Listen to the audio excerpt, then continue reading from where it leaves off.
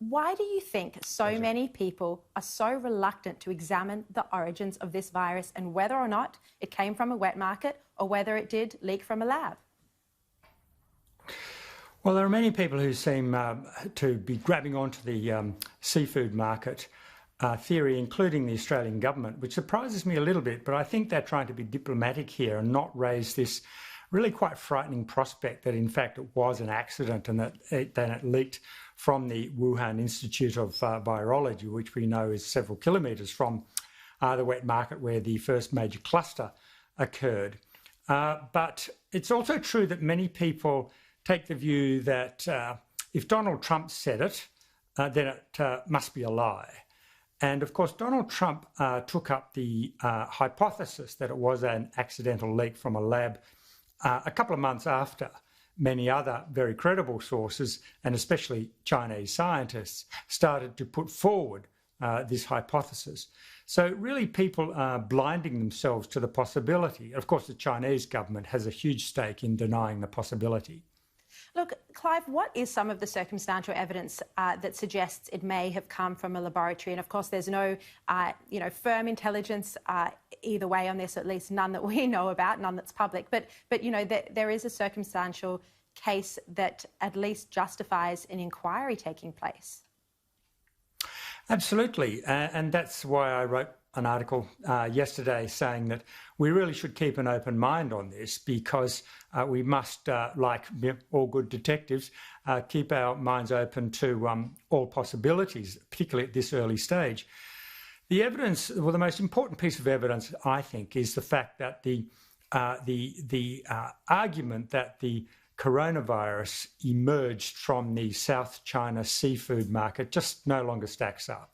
There is just so much evidence now that some of the earliest cases of COVID-19 befell people in Wuhan and now increasingly elsewhere in the world who had no contact whatever with the seafood market or anyone who had anything to do with it. And this has been demonstrated by a number of top quality studies that have come out of China, have been published in top journals around the world. So the seafood, the idea that it originated in December sometime, usually late December, in this market simply doesn't stack up. So you have to ask yourself, well, how else could this pandemic have arisen? And the only other, at the moment, plausible explanation is that it was a leak from the Wuhan Institute of Virology. And this hypothesis came from Chinese scientists themselves. And for several weeks, until the government stepped in and shut it down, it was all over the Chinese internet, not least a search all over China by netizens looking for the person who is believed to have been the first patient zero, a woman who worked at the laboratory, who seems to have disappeared off the face of the planet.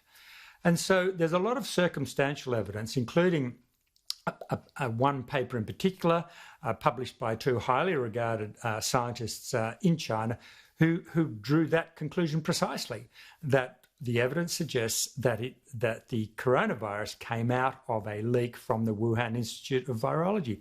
We have to take this hypothesis seriously. And especially when you look at what that Wuhan lab was handling. They were handling the most dangerous viruses known to humankind. They'd been studying bat-like coronaviruses for years. They'd even genetically altered them to make them more deadly, more potent and more transmissible to humans. So at the very least, Chinese authorities should allow Western governments to go in and have a look at the database of the Wuhan Institute of Virology and interview their senior staff.